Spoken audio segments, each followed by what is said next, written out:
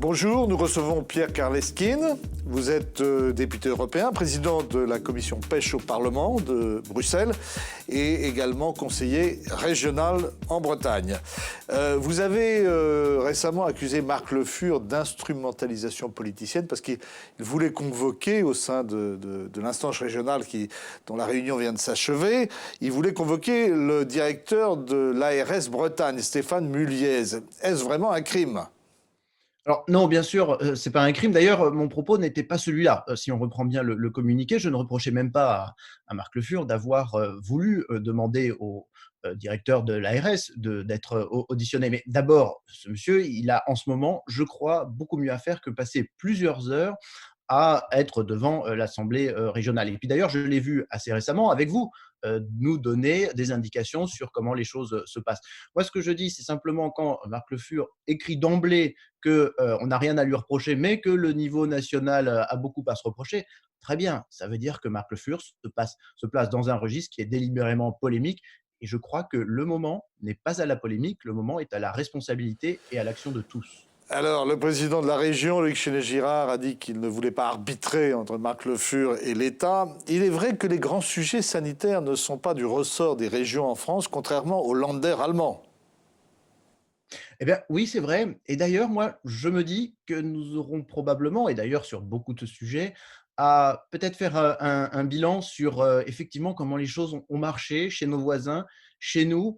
J'ai ce sentiment quand même, avec beaucoup de mes collègues conseillers régionaux d'ailleurs, que eh bien, une prise en charge plus proche du terrain, des réflexions plus proches du terrain, plus proches des citoyens, sera peut-être nécessaire à l'avenir. On l'a vu, la tendance va être à se rapprocher du terrain, du local. Alors, pour l'instant, les régions semblent collées à l'État, parfois au prix d'inflexion que vous réussissez à obtenir, semble-t-il, pour les entreprises dont le chiffre d'affaires aurait chuté.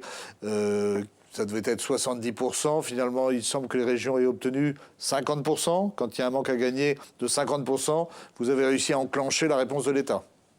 Bah, il s'agit de faire en sorte que chacun, là où il est, et d'ailleurs, c'est ce que nous avons fait aujourd'hui lors de la session régionale, regarde comment il peut être le plus utile. Et on le voit bien depuis maintenant plusieurs années, région et État travaillent ensemble sur les sujets économiques avec un vrai effet de la régionalisation sur ces questions économiques. Et je crois que c'est très important que nous réussissions à le faire. Et pour reprendre ce que je viens de dire, en fait, il y a cette éthique de la responsabilité de l'action. Tous ceux qui sont en charge aujourd'hui en sont à se dire comment je suis utile là où je suis. Alors, ça ne concerne pas seulement l'État et la région, ça concerne aussi toutes les initiatives privées.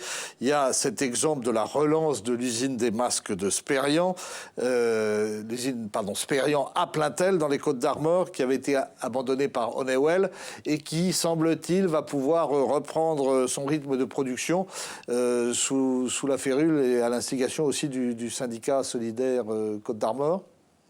Et oui, et avec l'appui du conseil régional, du département des Côtes-d'Armor, de la Saint-Brieuc agglomération, je crois que c'est extrêmement important qu'on puisse se mettre dans l'idée.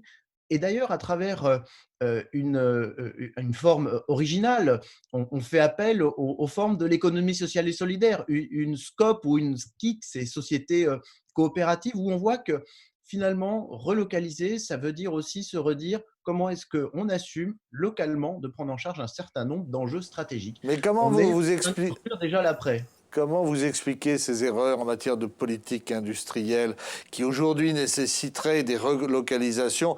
On a l'impression que l'État a une gestion très court-termiste finalement en fonction des urgences et de la pression aussi que lui met les médias.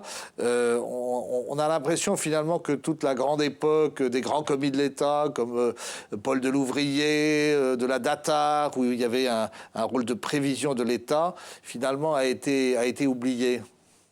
Écoutez, sur ce sujet-là, là aussi, il nous faudra voir comment les choses ont été gérées dans les autres pays qui ont d'autres modèles.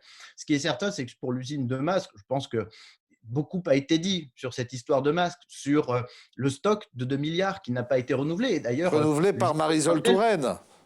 alors, dès 2010, moi je lis dans les colonnes du journal Le Télégramme d'avant-hier que dès 2010, l'État a arrêté de faire des commandes de masques FFP2 à cette usine. Donc dès 2010, et d'ailleurs ce produit n'était plus au catalogue de cette usine, enfin du moins de son fabricant, dès 2014. Donc on a vu que au fur et à mesure, effectivement, une autre politique a été menée en matière de masques.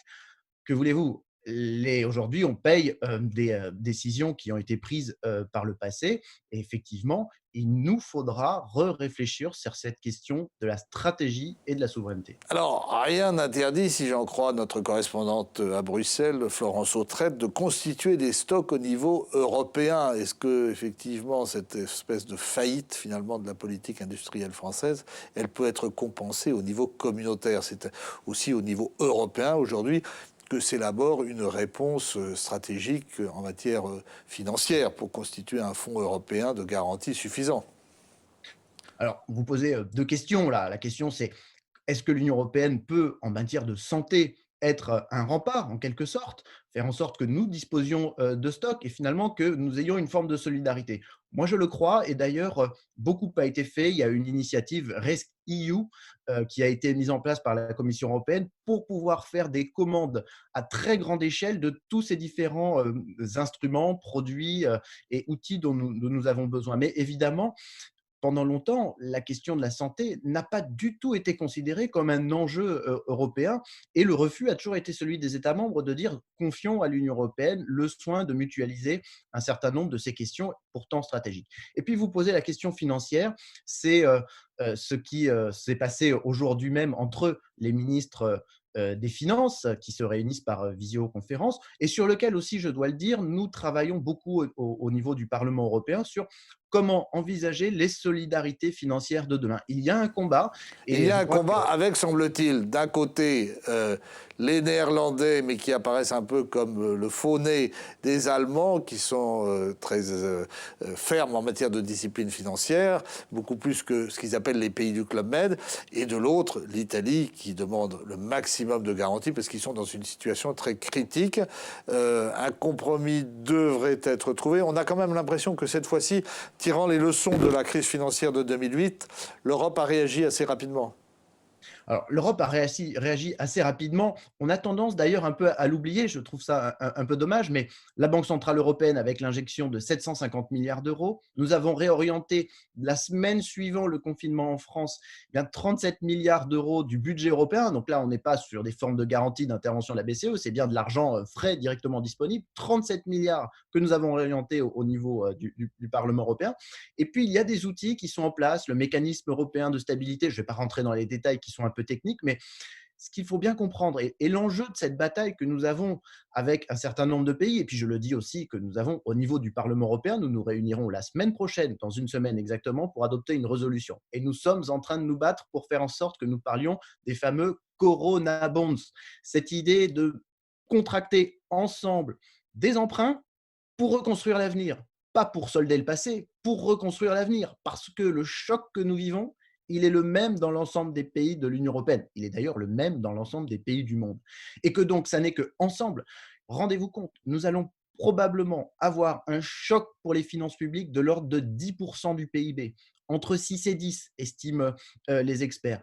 Eh bien, aujourd'hui, honnêtement, aucun pays ne peut faire face à un tel choc. Alors, il y a un Seul. enjeu géopolitique, un enjeu d'image, et ça, les Chinois l'ont bien compris, puisque ils livrent des masques, même si parfois il y a des bagarres ensuite pour leur attribution. Et le président Macron est intervenu pour débloquer des masques en France, qui étaient, je crois, destinés à un autre pays, à l'Italie.